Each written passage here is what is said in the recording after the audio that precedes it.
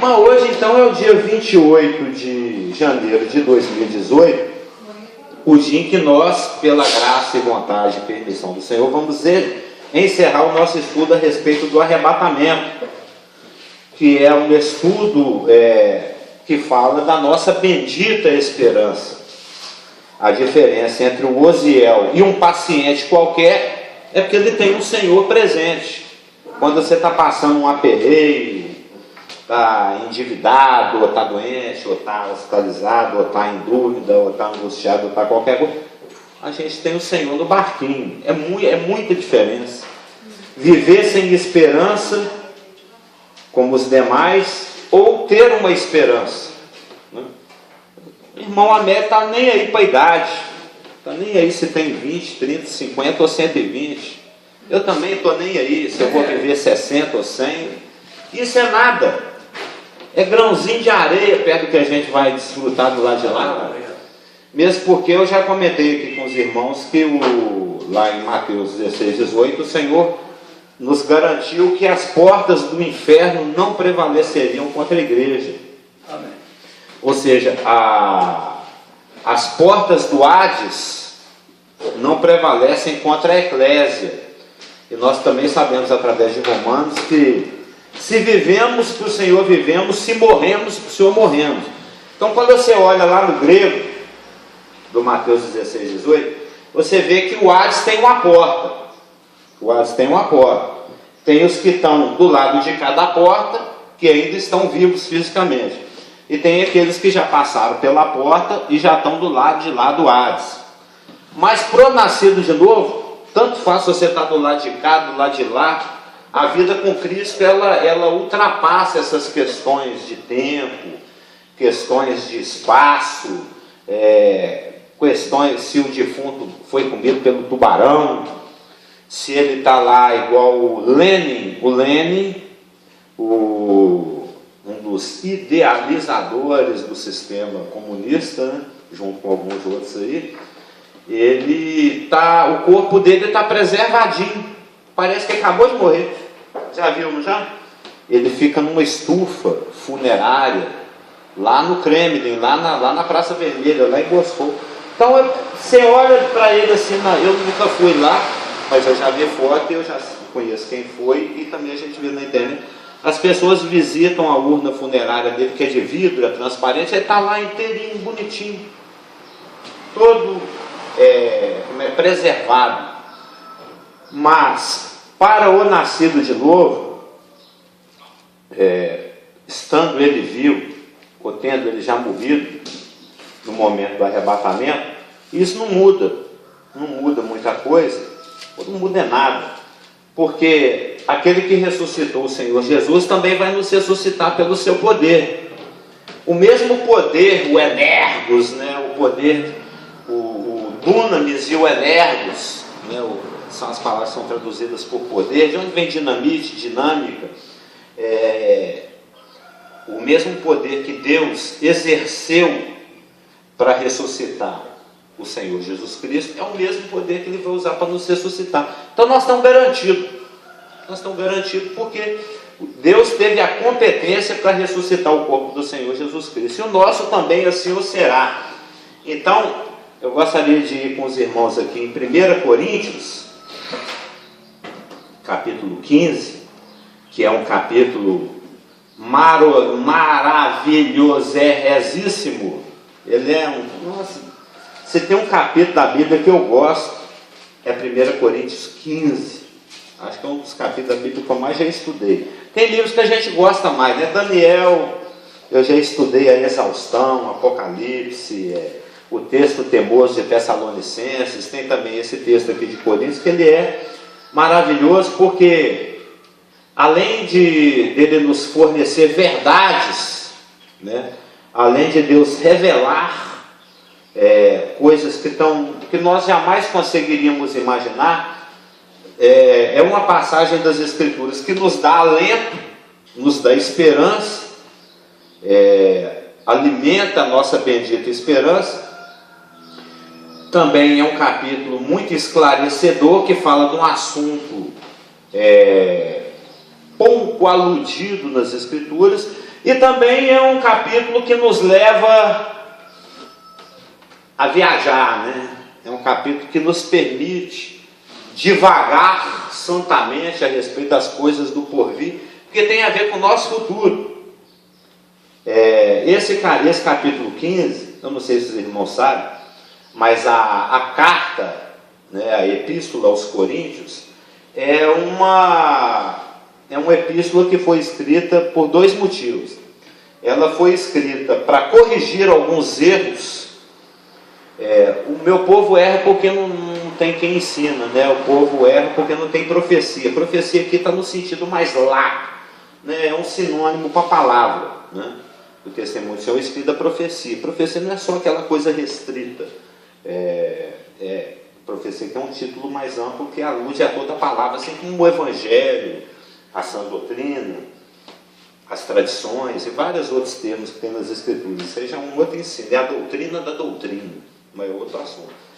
E quando o Senhor alude ao nosso futuro, a gente pode usar passagens como essa, que nos dão um entendimento daquilo que nos aguarda, e que também ilumina aquelas poucas informações que nós temos nos Evangelhos, porque o Senhor Jesus Cristo, depois que Ele ressuscitou, Ele andou por 40 dias aqui com seus. Após 40 dias, que é um número muito significativo nas Escrituras, né, um número limite, quando Ele terminou os 40 dias andando com seus aqui na terra, estando com eles em Jerusalém, Ele falou: não vai muito longe, não viaja, não, fica por aqui mesmo, até que recebais do alto a promessa do Pai. 10 dias depois aconteceu o Pentecostes. A gente sabe que através do próprio Coríntios 15, aqui no 15:6, depois foi visto por mais de 500 irmãos de uma só vez, dos quais a maioria sobrevive até agora, porém alguns já morram. É muito provável que o Senhor fez essa convocação de que eles não se assentassem em Jerusalém nos próximos dias, porque não muito depois desses dias eu vou cumprir a promessa do Pai. Então eu suponho que eram esses 500 ou pouco mais de 500 irmãos que receberam esse recado do Senhor. Mas por algum motivo, lá no dia do Pentecostes só tinha 120. 380 estava distraído por aí com alguma coisa, mas 120 estavam presentes lá no dia de Pentecostes. E a igreja foi batizada, a igreja foi inaugurada, e a igreja tem sido construída, né? A cada nascido de novo que é acrescentado nessa empreitada que o Senhor começou lá no dia de Pentecostes, que vem acontecendo até hoje, já há quase 2000 anos, ela vai continuar acontecendo até que o número, que a gente não sabe qual, de pessoas que o Senhor deseja incluir na igreja se complete. Aí então a igreja é arrebatada e começa o período tribulacional. Isso é assunto lá de 2 Coríntios. A gente pode ver isso que eu estou falando aqui em Romanos 11:25, que fala que eu não quero, irmãos, que ignoreis este mistério, essa informação que nunca tinha sido dada antes, que veio o endurecimento em parte a Israel, bom dia, até que, então existe uma data limite, né? Até que haja entrado a plenitude dos gentios, o pleroma, Romanos 11:25. Até que o número de gentios que têm que ser chamados para compor a igreja seja completado, até que esse pleroma seja alcançado. Então Israel vai ficar endurecido, né? Que é o assunto também lá de 2 Coríntios, se não me engano, 2 Coríntios 5, onde fala que, 2 Coríntios 3, que os sentidos deles estão embotados. 2 Coríntios 3:14. Os sentidos deles se embotaram, pois até o dia de hoje, quando fazem a leitura da antiga aliança, o mesmo véu permanece, falando da condição do judeu na presente dispensação. permanece, não lhe sendo revelado que em Cristo é removido, mas até o dia de hoje, quando é lido Moisés, o véu está posto sobre o coração deles. Quando, porém, algum deles se converte ao Senhor, o véu lhe é retirado, porque o Senhor é o Espírito, e onde há o Espírito do Senhor, aí há libertação, há desvelamento, há descortinamento, há acendimento do olho. Deus acorda, abre o olho do judeu. No presente momento, o véu está posto no coração deles, mas quando um deles se converte, é igual uma pipoquinha que pula da panela mal tampada. Já viu quando ele vai estar fazendo pipoca para os meninos, que ela está com pressa, como sempre? Aí ela tampa a panela mal tampada, assim, aí pula aquela pipoquinha pelo buraquinho da tampa. É isso que o Paulo está falando aqui, que o endurecimento veio em parte a Israel. A poroses, o endurecimento. É um calo. Deus colocou uma tampa na panela, uma poroses, mas não tampou completamente. Fica um ladrãozinho ali. De vez em quando o judeu converte, ele pula e cai aqui no colo da igreja. Ele vem fazer parte da igreja conosco. Mas essa situação de endurecimento de Israel tem uma data para terminar. Quando entrar a plenitude dos gentios, que é a mesma coisa de quando a igreja se completar, aí ela é arrebatada. Então Paulo está respondendo aqui, ele escreveu a carta aos Coríntios, tendo dois objetivos: corrigir os erros que lhe foram relatados pelos da casa de Cloé, ou Chloe, alguém chegou lá para o Paulo, isso a gente sabe lá em 1 Coríntios capítulo 1, capítulo 1:11. Pois a vosso respeito, meus irmãos, fui informado pelos da casa de Chloe de que há contendas entre vós. Tinha uma irmã lá, acho que Chloe é nome de irmã, né? Chloé. Deve ser irmã, não sei. Era uma irmã ou irmão que tinha o ministério da fofoca. Ele foi lá e falou para o Paulo: Paulo, eu nem te conto. O bicho está pegando lá em Corinto. Menino do céu, o bicho está pegando lá em Corinto. Eles estão divididos, eles estão fazendo bagunça na ceia. Tem um rapaz lá que está pegando a madrasta, o trem está vacaiado, eles estão levando um ao outro lá no juiz, o trem está vacaiado. Aí o Paulo escreveu para corrigir esses erros, porque o povo erra porque não tem quem ensina. O povo avacaia porque não tem a profecia. Então Paulo está dando a revelação de Deus, que eles estavam errando em assuntos dos quais eles eram ignorantes. Eles ignoravam, como diz o Joel, era uma ignorância. Eles não sabiam o que fazer, então eles faziam do jeito deles. Aí o Paulo escreveu corrigindo. E também essa carta aos Coríntios, além de ser uma carta corretiva, é uma carta também responditiva, porque ele está respondendo algumas indagações a respeito de coisas que eles não sabiam como fazer. Na cidade de Corinto, quando uma pessoa era muito devassa, quando uma pessoa ela tinha uma vida moral muito avacaiada, lá no mundo romano mesmo, eles falavam que você estava agindo como um coríntio.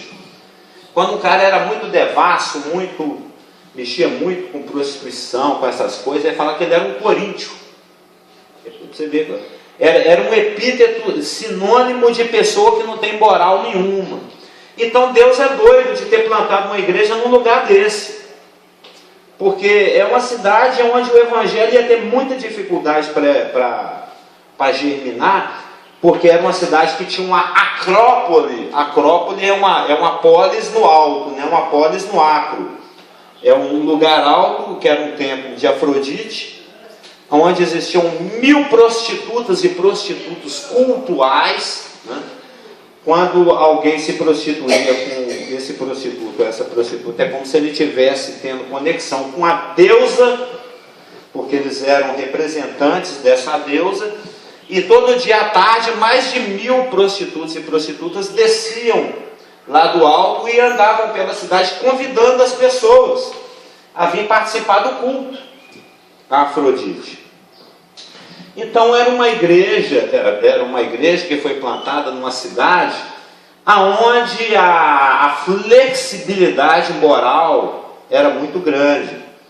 Então as pessoas se convertiam, e ele tem uma filha virgem, por exemplo, ele agora não sabe o que é que faz com essa menina, porque seguindo a tradição coríntia, a garota, assim que ela alcançava 12 anos, ele levava essa menina lá para o templo de Afrodite.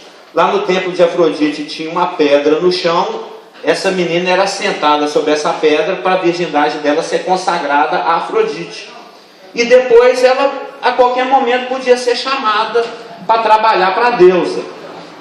Aí a pessoa converte, aí a família está cheia de dúvidas.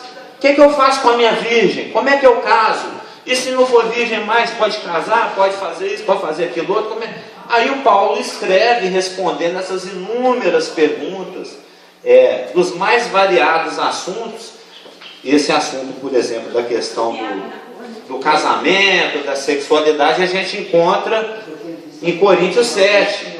Tem questões relativas à questão da carne consagrada aos ídolos, está em Coríntios 8. E também tem informações relativas à questão da ressurreição de Cristo, porque estava espalhado lá entre os coríntios a notícia de que isso também é um ensino necessário de Paulo, porque vai contra a cultura grega. A cultura grega, ela via no corpo um empecilho para a progressão, para o crescimento espiritual, né? Como é que eles falam que eles usam aí? Para o aprimoramento, né? O nosso corpo, segundo o raciocínio grego, ele é um empecilho para o nosso aprimoramento. Então, morrer, segundo o raciocínio da filosofia grega, é algo vantajoso, é um trem bom, porque você fica livre do corpo e agora você pode evoluir. Isso é o jeito que o grego pensa.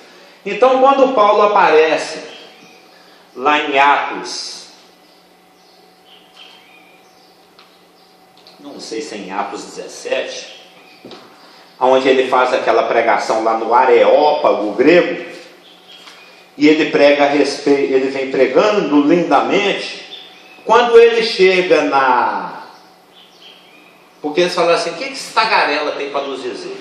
Todo mundo conhece a passagem, né? Lá no Areópago grego. O que esse tagarela tem para nos dizer? Eles dão uma palavra para Paulo e ele vem abordando o Evangelho.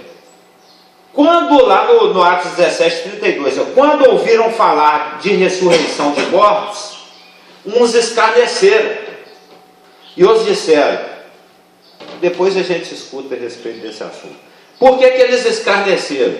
Porque um pregador, alguém chegar anunciando a ressurreição dos mortos, o retorno ao corpo, o qual eu tanto queria me ver livre dele, é um contrassenso.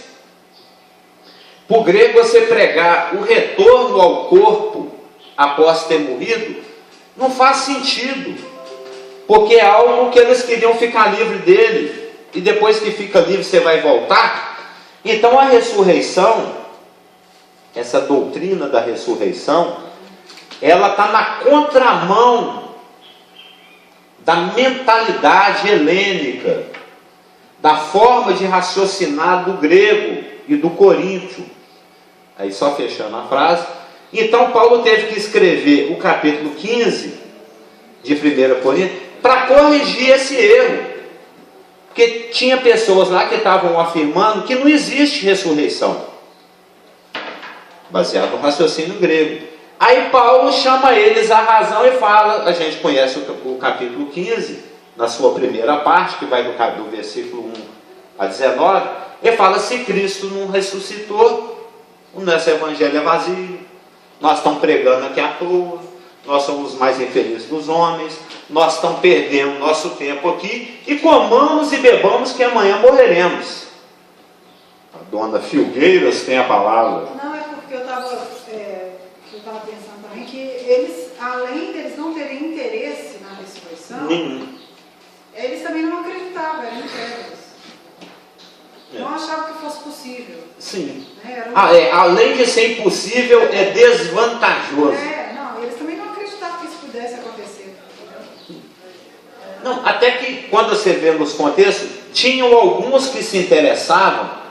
Não, mas aí os movidos pelo Espírito Santo... Não, mas olha só, qual que era a ótica deles? Tem passagens que falam que quando eles ouviram falar de Jesus e da Anastasis, eles acharam que era um casal. Jesus e a Anastasis, Jesus e a ressurreição.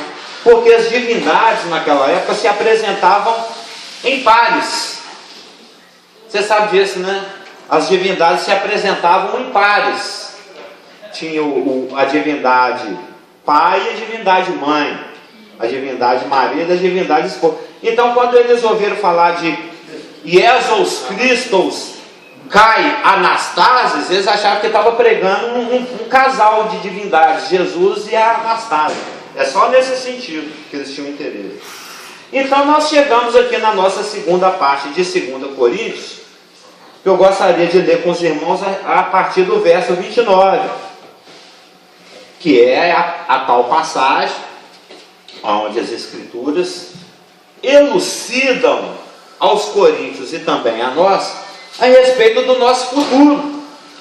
Então, viu, Elaine, se hoje você tem unha encravada, não esquenta a cabeça não. No céu não teremos. Se o irmão está com dor na coluna hoje, esquenta a cabeça não, lá no céu vai ter uma coluna glorificada. Obrigado. Uma coluna boa. Eu estive pensando nisso hoje. Eu estava no meu corpo ali orando, então eu lembrei disso, o senhor não vai ter essas preocupações, a gente tem tanta preocupação, né? Então vamos ao texto aqui que o irmão vai ver que o irmão já conhece o texto, 1 Coríntios 15, é lógico, evidentemente. 15? 15, verso 29 em diante, que fala do nosso corpo. No Coríntios, no capítulo 15, é o que eu mais conheço. Tá falando as minhas palavras, né? Eu amo Coríntios 15 também. Pega o 45, deixa eu ver o que está escrito, deixa eu ver. É o que eu mais conheço. Verso 45. Falando do primeiro homem. E o segundo. Nós vamos chegar nele daqui a pouco, ó, verso 29. De outra maneira, 1 Coríntios 15, 29. O que farão os que se batizam pelos mortos? Se absolutamente os mortos não ressuscitam, por que se batizam por causa dele? Todo mundo sabe que esse é um versículo que fala de um assunto pouco esclarecido. O batismo pelos mortos só é citado em um lugar da Bíblia, aqui. Então não dá para falar nada sobre isso. Não pensa. Quem defende ele é o testemunho de Jeová. E os mormons também gostam dele. O nome defende mais ainda. Os mormons, inclusive, praticam. Eu até outro dia eu conversei sobre esse versículo com os irmãos, inclusive o Rafa. Que o Rafa é nascido de novo, mas ainda não batizou. Que no dia dele batizar, deu BO, lembra, né? A Raquel deu um trem lá no não sei o que, teve que ir para o hospital e ele foi acompanhar. Isso é bem mineiro, né? Deu um trem no não sei o que. Aí tem algumas denominações, seitas, né? Como por exemplo os mormons, que eles pensam da seguinte maneira: vamos usar aqui a Elaine que está presente. A Elaine nasceu de novo, mas ela ficou enrolando e não batizou. Aí ela morreu. Ela morreu sem batizar. Para não dar problema na salvação dela, alguém da família vai e se batiza em nome dela. Só para completar. Vai que aquele versículo, quem for batizado é que vai ser salvo. Na via das dúvidas, a gente batiza ela post-mortem, através de um procurador, através de um representante. Então, tem gente que interpreta esse versículo dessa forma e pratica assim. A gente não pode criar doutrina em cima dele, porque é um versículo escuro, é um versículo pouco iluminado. Esse assunto não é tocado em nenhum outro lugar. Para nós basta entender a força do argumento que o Paulo está querendo usar aqui na passagem. Se não existe ressurreição, tem certas práticas que são desnecessárias. Inclusive essa que era comum, ou acontecer, não sei se era comum. Ele devia fazer a pergunta, apesar de que ele está fazendo aqui uma pergunta, né? Sim. Porque não, ele vai fazer mais perguntas aqui, ó, no 30. Podia apresentar a resposta deles, né? O que será que eles respondem? responder. Não, ele está sendo dialético aqui. Já todo mundo já notou que o Paulo complica as coisas para ele mesmo? Mas depois tem que explicar. Então nós haveremos de pecar de modo, ele mesmo pergunta para ele mesmo. Mas dá vontade de esperar. E aí, o que eles falaram? Mas ele não faz sobre essas coisas. E tá aí os que se batizam pelo morto, como é que fica? E o 30? E por que também nós nos expomos a perigos toda hora? O Paulo, a gente sabe das coisas que ele passou. Dia após dia morro. Eu o protesto. Irmãos, pela glória que tenho vós outros em Cristo Jesus nosso Senhor, se como homem lutei em Éfeso com feras, que me aproveita isso? Se os mortos não ressuscitam, eu lutei à toa, estão batizando à toa. Comamos e bebamos que amanhã morreremos. Não vos enganeis, esse tipo de raciocínio aí avacalha as coisas. As más conversações corrompem os bons costumes. Vocês estão bêbado, acorda, tornai-vos a sobriedade, como é justo, e não pequeis, porque alguns ainda não têm conhecimento de Deus, e isso vos digo para vergonha a vós. Mas alguém dirá, aí chegamos onde eu queria, mas alguém dirá, tá, já que tem ressurreição, como é que funciona esse trem? Como ressuscitam os mortos? E em que corpo vem? Eu não sei se isso já aconteceu com ela, já aconteceu comigo.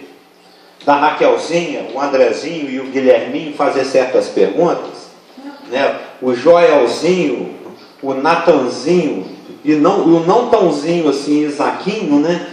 O não tãoinho, chegar para a Elaine e fazer uma pergunta que ela sabe que se ela explicar tecnicamente, ele não vai entender. O que ela faz? Como uma boa pedagoga, uma boa mãe, ela vai usar um assunto que ele alcança, que ele entende, que ele tem familiaridade. Vamos dizer, por exemplo, ontem mesmo eu vi isso numa série que eu estava assistindo.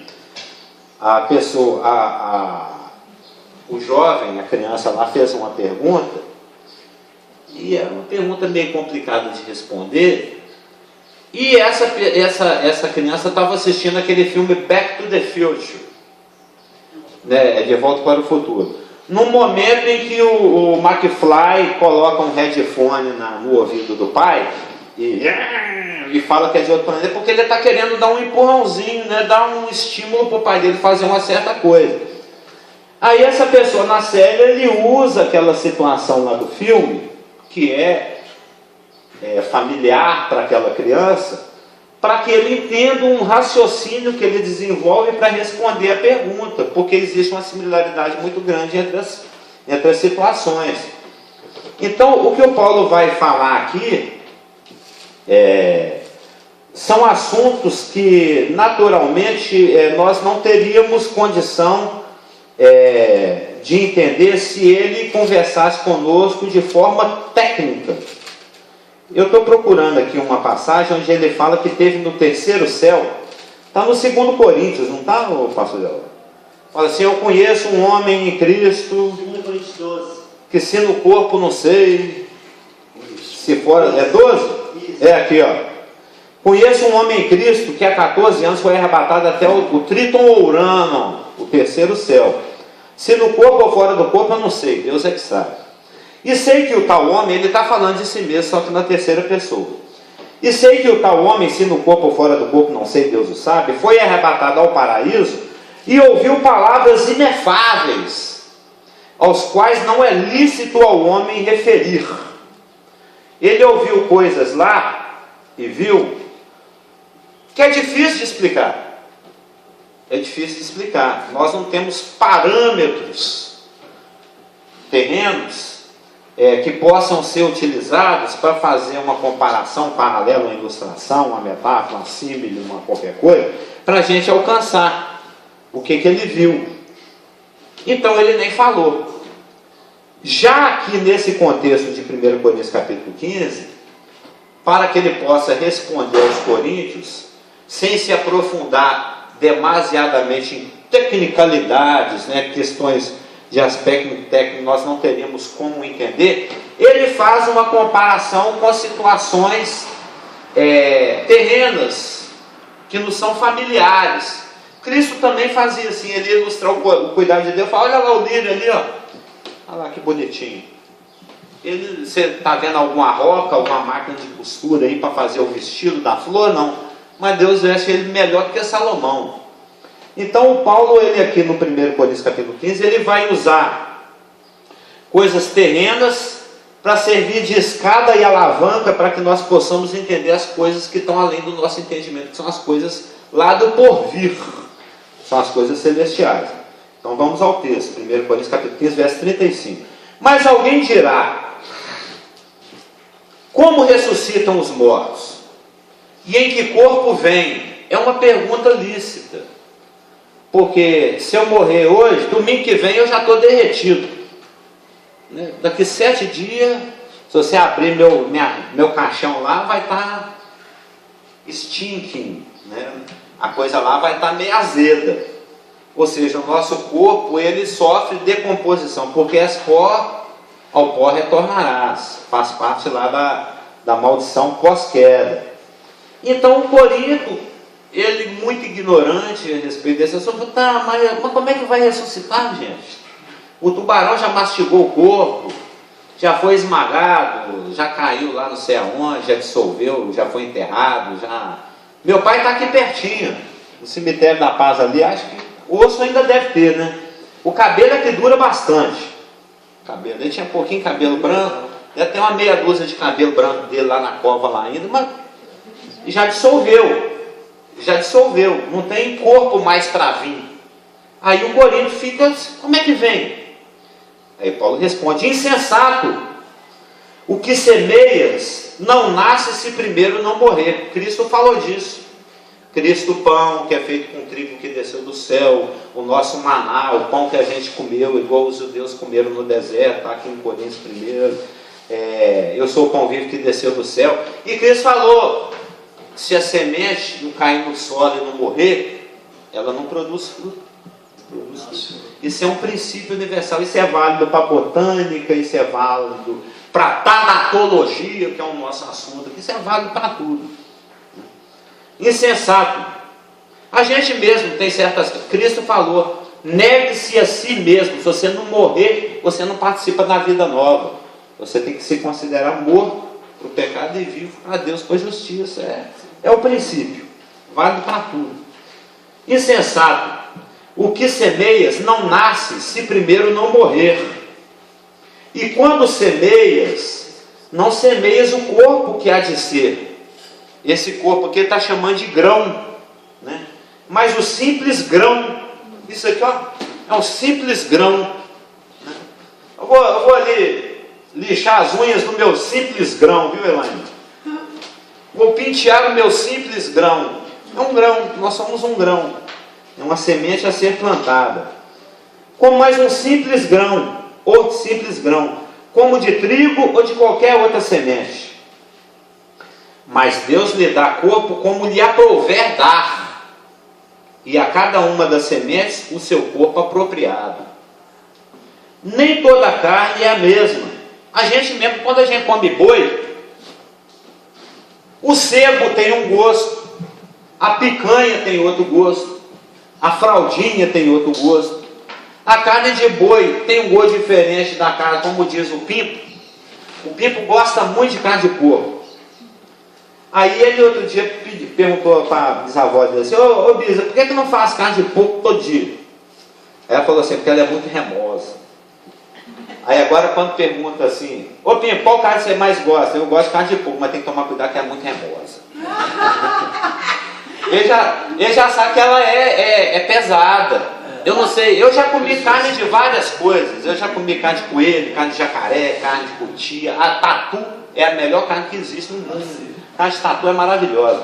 Mas a carne de paca, cutia, esses tem eu já não gosto. Ela parece aquela coisa, como é que chama aquela parte do boi? Maçã de peito, que é toda enraizada de gordura assim. Ela é remosa, ela é pesada. A carne de gato já é mais adocicada. A de gato parece um frango com açúcar. Aliás, parece uma carne de frango emborrachada com açúcar. Mas esse me deram, eu não sabia que era gato não. Foi pegadinha. Fizeram lá na favela, me deram, eu comi, depois me contaram o que era. Agora já foi, né? E eu tinha cavado cisterna o dia inteirinho. Eu e meu irmão, meu sogro, já eram as 3 horas da tarde, estava até assim de fome. Aí fizeram um gato lá, falando que é frango, um mexido lá, um feijão, não sei o quê. Fome que foi um banquete. Ah, não, banquete. Então, até entre carnes existe diferença. Ele está falando aqui, ó, nem toda a carne é a mesma. Porém, uma é a carne dos homens, outra a dos animais, outra a das aves, outra a dos peixes. Ele está falando que há diversidade. Também há corpos celestiais e corpos terrestres.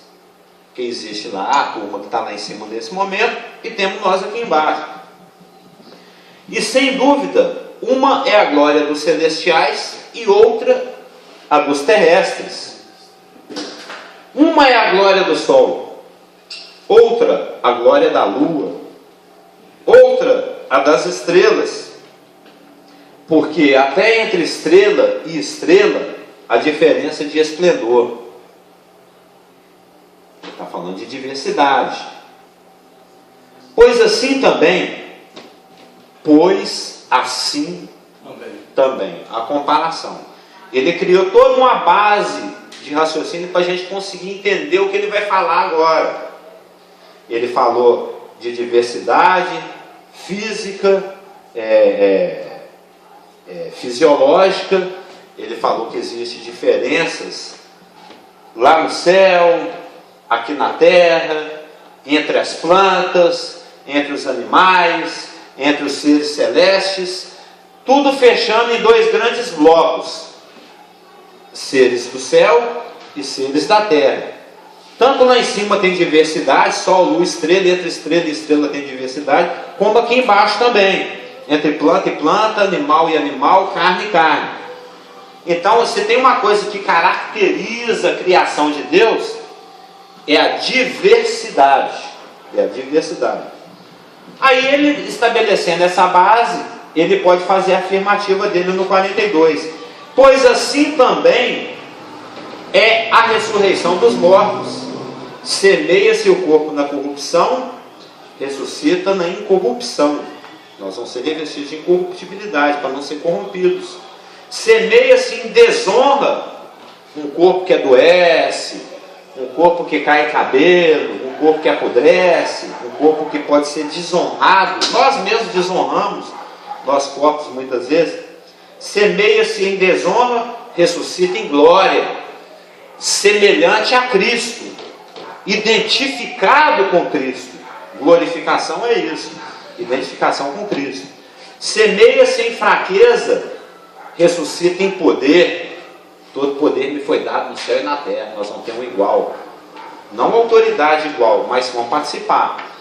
Semeia-se o corpo natural, ressuscita corpo espiritual. Tem as diversidades aqui embaixo do natural, vai ter as diversidades lá em cima do espiritual. Se há corpo natural, há também corpo espiritual. Pois assim está escrito. Olha o verso do irmão ali, ó. O primeiro homem, Adão, foi feito alma que vive, alma vivente. O Senhor fez do barro, soprou na narina, se tornou alma vivente. O último Adão, porém, que é Cristo, é espírito vivificante, que vivifica. Você tem uma parente chamada Viviane, ela? A tia. Né? Tia, né? Vivificante, vem daí, né? De vivificar, de vivo mesmo. Vivificante. Mas não é o primeiro espiritual, e sim o natural, e depois do espiritual. Tem todo um estudo sobre isso que nós vamos entrar em questão. O primeiro homem formado da... Ora, o paralelismo. O primeiro homem formado da terra é terreno, o segundo homem é do céu. Como foi o primeiro homem o terreno, tais são também os demais homens terrenos. Ou seja, Adão caiu, nós caímos. Ele pecou, nós pecamos. Ele cansa, nós cansamos. Ele espeta o dedo no espinho, nós espetamos. Ele sua, para ganhar o pão, nós suamos. Ele adoece, nós adoecemos. Ele apodrece, nós apodrecemos. Ele morre, nós morremos. Isso faz parte da herança que nós temos no primeiro Adão. Mas nós agora não participamos desse Adão. Nós já morremos.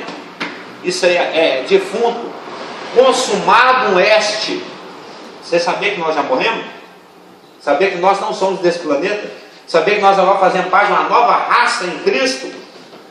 Nós agora fazemos parte do segundo Adão. Nós não fazemos mais do primeiro Adão. Parte do primeiro Adão. Que ele é terreno. Nós agora temos uma imagem do celestial. O segundo. Pois assim, tais são também os demais homens terrenos. E como é o homem celestial, tais também os celestiais.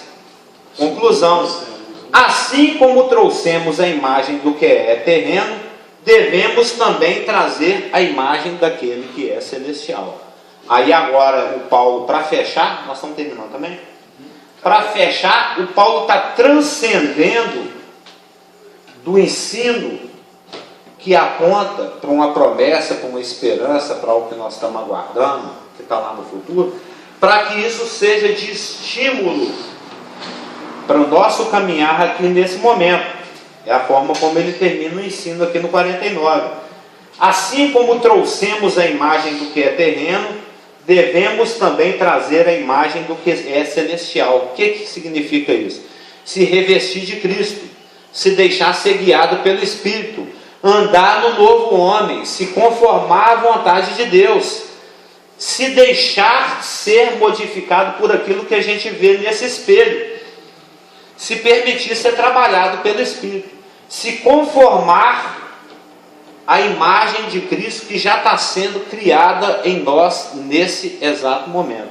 Como a gente já falou, é um trabalho que começou no novo nascimento, está acontecendo nesse momento e vai continuar por toda a eternidade, a nossa conformação à imagem de Cristo, que nós vamos aprender o resto da eternidade, aprender a admirar o Senhor pelo resto da eternidade, aprender a amá-lo mais ainda e aprender a querer ser igual a Ele.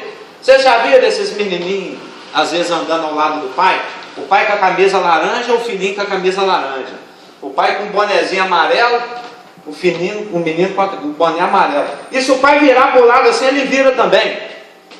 É assim que tem que ser. A gente vê Cristo, o Espírito Santo falando, nossa, que vontade de ser igual a Ele. E a gente se permite e Ele nos transforma. Amém?